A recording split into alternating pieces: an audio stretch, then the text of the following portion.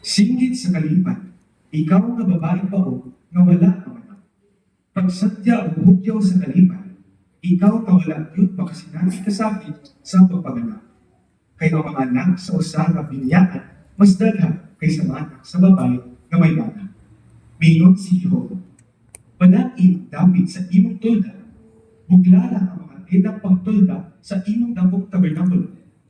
Ayaw kinigimitahin, patas ang mabisi sa imong tulda, o baluna ang mga ukso sa imong tulda.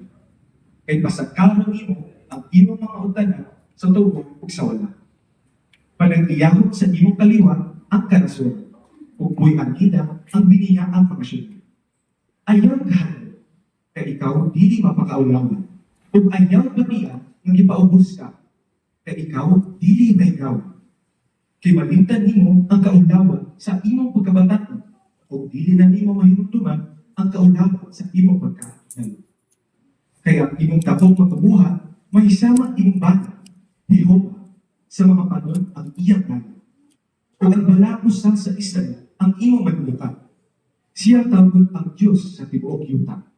Kay gitawag ka ni Jehovah nga daw biniya ang asawa o masulot sa mga asawa nga batan ng paglamidyo o unya isilikuan. Mingon ang imong Diyos. Sa mga nyon, ibiyaan ka na. Apat tungkol sa dapong kaluwi, tigumon ka na ko parusa. Tungod sa bulok sa kasabot, ditaguan ako ang akong naw, gikan kanimo sa makadlo. Apat, tungod sa walay katapusang maunong gugma, kalulan ka na ko. Mingon ang iyong manlukan si Jehovah. Alam ka na ko, sama kini sa mga andal minuli. Sa mga nanumpa ko, ng yuta, dili na lulubat sa katubigan inuwi.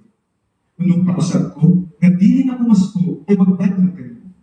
Kaya ang kabukilan, mahimong mawala, o ang kabunturan, mahimong matay. Apat, ang among maunong gugma, dili mawala kanimo. O ang among pag-isaan sa pagigdaing kanimo, dili matay.